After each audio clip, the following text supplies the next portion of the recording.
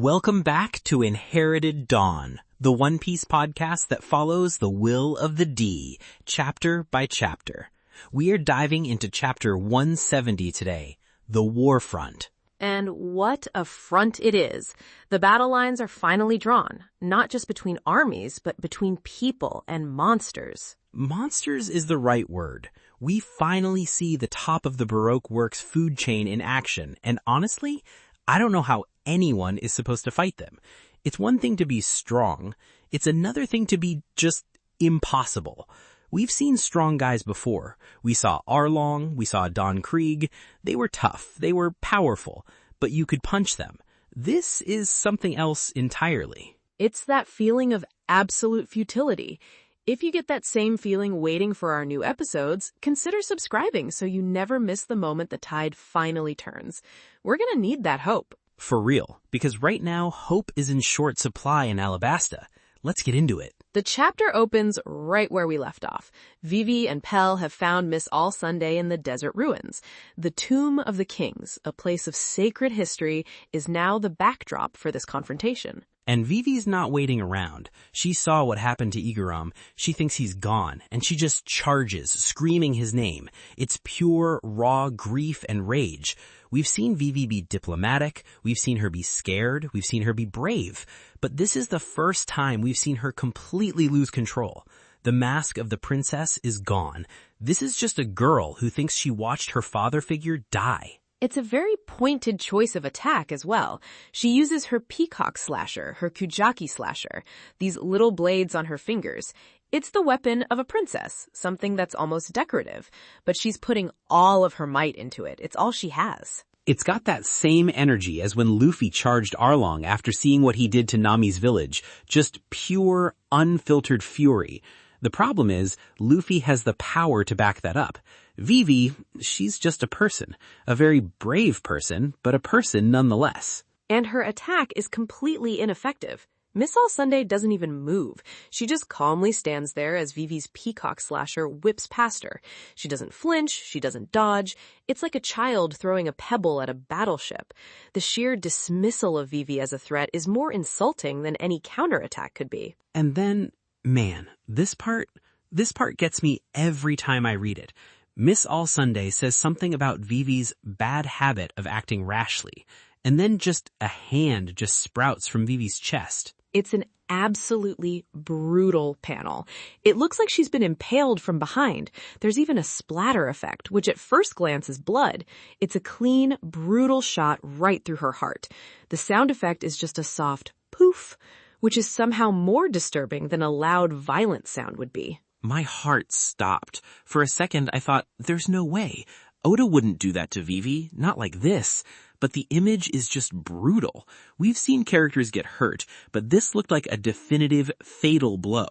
And Pell's reaction, he just loses it. This calm, collected guardian of the kingdom, this stoic warrior just breaks. He screams her name, and in that scream you hear everything. The failure to protect her, the horror of watching the hope of the kingdom be extinguished, and he transforms. We see his full Zoan form, Pell, the Falcon, guardian deity of Alabasta. It's majestic and terrifying.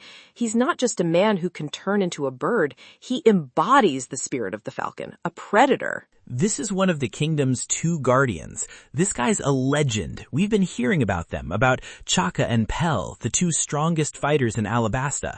This is the moment we finally see one of them unleash everything they've got. And he goes in for the attack, talons out, screaming, "Die, monster!" He is aiming to kill. And Miss All Sunday just catches him. It's not even a struggle. An arm sprouts from his wing, another from his back, and they just grab him out of the air. He's completely immobilized mid-swoop. The sheer physics of it is baffling. He's a giant, powerful falcon moving at incredible speed, and her sprouted arms stop his momentum instantly, without her main body even budging. He's flapping, he's trying to get free, but he's just stuck. It's like a fly caught in a spider's web. It's pathetic, and it's meant to be. This legendary guardian is made to look like a helpless animal. And that's when you realize the hand in Vivi wasn't real. It was a feint, a psychological attack. Exactly. It was one of her sprouted limbs. The blood was just flower petals. She made it look like she killed Vivi just to throw Pell off his game. It's unbelievably cruel. She didn't need to do that to beat her. She could have just caught him. She chose to torture him mentally first. She saw his emotional attachment, his one weakness as a warrior, and exploited it perfectly to create an opening. That's not a fighter. That's an assassin. And that's when she explains her power almost mockingly. She ate the Hana Hana no Mi, the flower fruit.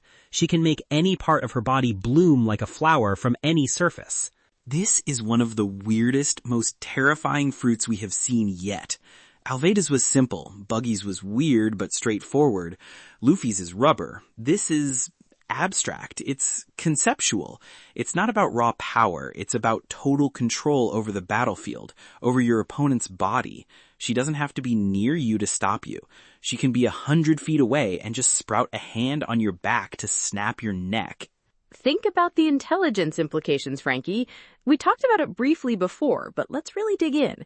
She could sprout an ear in the Royal War Room in Alubarna from miles away, an eye inside a locked safe to read a secret document. She doesn't need to infiltrate a location if she can just be part of it. She could sprout a hand to poison a king's drink from across the room. There are no locks, no guards that can stop a power like that. That's horrifying. She's the perfect spy.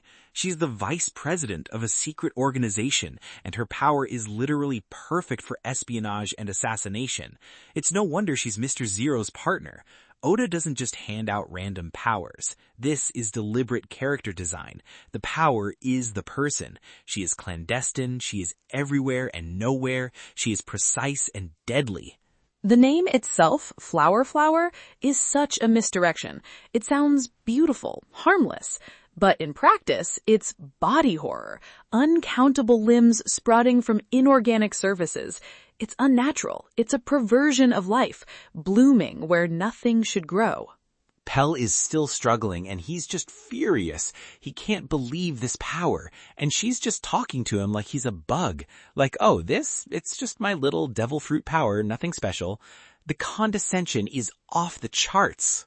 She tells Pell she doesn't have time to waste on him. He's furious, he calls her a monster, and he tries one last desperate attack, trying to break free with his talons. He's the guardian deity. He can't accept being defeated so easily. And she just ends it. It's not even a fight. An arm sprouts from his back and just pushes him. But it's not a normal push. A whole series of arms sprout on him and just slam him into the ground. A huge crater forms. He's out, just like that. Alabasta's guardian, taken down without a scratch on his opponent. She didn't even use her real hands. Let that sink in. She defeated one of the most powerful known characters in the kingdom while standing perfectly still with her arms crossed. This is the number 2 agent, the vice president. We just saw what she can do, and she seemed bored the whole time. It really sets the stakes for who's waiting at the top. This isn't like the officer agents where the numbers correlated directly to strength. The gap between the officers and the top 2 is not a gap, it's a chasm. Which is exactly where Vivi goes next. Somehow, she gets away from Miss All Sunday and makes it to Crocodile's base of operations, the casino Rain Dinners in Rain Base. And I think gets away is the wrong term. I think she was let go. There is no way Vivi in her state could have escaped Miss All Sunday. She could have sprouted 100 hands to hold her. She wanted Vivi to go meet the boss. I agree completely. It was a message. Your strongest protector is nothing. I am this powerful and I am only the vice president. Now go face the real monster. It's all part of the psychological warfare. Break their hope. Show them the futility of their struggle before you even finish them off. And Vivi, bless her heart, does not back down. She gets to Rain Dinners, finds the secret VIP room, and there he is. Crocodile, this mountain of a man with a golden hook for a hand, a massive scar across his face, smoking a cigar. He's every bit the classic villain. And she goes right for him, no hesitation. She doesn't try to talk. She doesn't try to reason. She knows what he is. She leaps at him with her peacock slasher, aiming right for his head. A kill shot. She learned from her first attack on Miss All Sunday. That was a wide, unfocused slash born of rage. This one is precise. It's aimed. It's everything she has. All the pain for her country, for Igaram, for Pell, for the millions of people suffering. All of it is in that one attack. And it connects. It goes right through his neck. The panel is drawn to look like a decapitation. For a split second, I had to wonder, no way, did she actually do it? But it doesn't do anything. The blades just pass through him as if he's not there. And as they do, his neck turns to sand. Just sand. It crumbles and flows and then reforms behind her blades. It's one of the most chilling visuals in the series so far. An attack that should have killed him does literally 0 damage. It's the smoker problem all over again, but worse. We saw this in Logetown, a Logia type. We've seen it once, and Luffy couldn't patch him. Now, one of the 7 warlords of the sea, a Shichibukai, has that same kind of power. And unlike Smoker, who was just trying to capture Luffy, this man is actively trying to destroy a nation. Crocodile just reforms with this smug, infuriating grin on his face. He's completely unbothered. He doesn't even acknowledge her attack. He just calmly tells her he ate the Suna Suna no Mi, the sand fruit. Of course he did. He's a pirate trying to take over a desert kingdom. His power is to become the desert itself. It's the ultimate home field advantage. The theme is so tightly woven into the character and his abilities. He's not just a man in a desert. He is the desert. Uncaring, vast, and deadly. It's so perfectly thematic, it's sickening. How do you fight that? How do you beat a man made of sand when you're standing in the middle of the world's biggest sandbox? He's basically a god here. He can absorb moisture, create sandstorms, quicksand. We haven't even seen what he can do, but the implications are terrifying. This is why the world government keeps the Shichibukai around. This is why they are considered one of the 3 great powers. They aren't just strong, they are forces of nature. We heard about Mihawk, who can cut battleships in half. We've heard about some of the others too. And now, Crocodile. They embody overwhelming, fundamental powers. They are living calamities. And this guy is a government-sanctioned pirate. He has a license to do what he's doing as long as he helps keep other pirates in check. The hypocrisy of the world government is on full display here. They've endorsed this monster, and he's using that protection to dismantle one of their own allied kingdoms from the inside. Crocodile isn't just sitting on his throne gloating either. The plan is moving. He looks over and Miss All Sunday is there. She arrived before Vivi, completely calm and collected. He asks her the time. She confirms it's past 7 o'clock, 7 a.m. That was the deadline he set. And Crocodile just says, then it's time to begin. He calls it Operation Utopia. That name is just dripping with cynical irony. It's a classic villain move. George Orwell would have a field day with this. He's about to unleash hell on Alabasta, ignite a civil war that will kill thousands, and he's calling it a plan for a perfect society. His utopia is a nation built on ashes, with him as king. It's the ultimate gaslighting. He has positioned himself as the potential hero to the people in Rainbase, the one person who can bring prosperity. He created the drought, and now he's offering the water. Operation Utopia is the final stage of that manipulation, the event that will make the entire country tear itself apart, leaving him to pick up the pieces. It's the final move. The Civil War has been a slow burn, simmering for years. This is him throwing gasoline on the fire. The deadline has passed. The plan is in motion. There's no more talking, no more sneaking around. The war has started. And Vivi is standing right there, helpless, having just seen her best attacks and her best protector fail completely. She's at ground zero of Crocodile's Utopia. She made it to the final boss, but she arrived just in time to watch him press the big red button. What a brutal, soul-crushing chapter. Just 2 massive power reveals back to back that completely reframe the threat. This isn't just about beating up some bad guys anymore. This is about figuring out how to fight the impossible. This is a real Shichibukai. This is Grand Line level power. We've seen Luffy overcome a lot, but he's always been able to punch his opponent. Even with Don Krieg's armor or Arlong's strength, a punch was still a punch. What does he do when his opponent is the ground he's standing on? How do you use Gomu Gomu no pistol on a pile of sand? I don't know, but I can't wait to see him try. This is what makes a villain terrifying. Not just strength, but a problem that seems fundamentally unsolvable. It forces the hero to evolve, to think outside the box. It can't just be, I'll punch him harder. That won't work here. It also recontextualizes Miss All Sunday saving Luffy back on Little Garden, doesn't it? Whoa, yeah. I almost forgot about that. Why would she do that? She works for this guy. But she gave the Straw Hats an eternal pose to Alabasta, essentially guiding them right here, bypassing the more dangerous route. She ensured they would arrive. If her goal was simply to help Crocodile, she could have just let them die on Little Garden or let them get lost. Instead, she pointed them directly at her boss. She's playing her own game. She's not just a subordinate. She has her own motivations, and they clearly don't align perfectly with Crocodile's. She's the wild card in all this. So we have a Logia warlord who is immune to physical attacks, a ridiculously overpowered Paramecia vice president who is playing a 4D chess game of her own, a massive civil war about to explode, and the Straw Hats are scattered all over the country. Luffy and Usopp are lost in the desert with some camels, Zoro is off somewhere, Sanji is MIA, and Vivi is right there in the lion's den. It's a total mess. It feels like the end of the second act in a grand play. The villains have made their definitive move, the board has been overturned, and all the heroes' plans are in shambles. This is the low point. This is the moment of despair. It's time for the counterattack. It gotta be. This is where the Straw Hats shine, right? When their backs are against the wall and everything seems hopeless. So what comes next?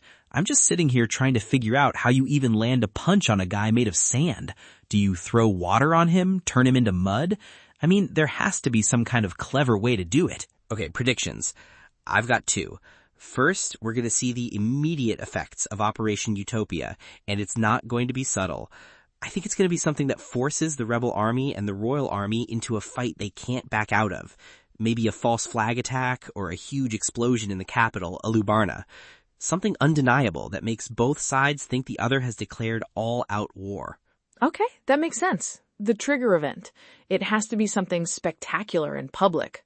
Second prediction, Mr. 2 Bon Clay finds Sanji. We haven't seen either of them in a minute, and you know Oda's not just going to let Sanji have an easy walk to the capital.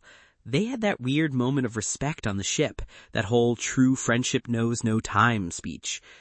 I think their rematch is coming, and it's going to be a battle of the legs, the Okama way versus the black leg style. It's a dance-off of death. I like that. A battle of style and kicks.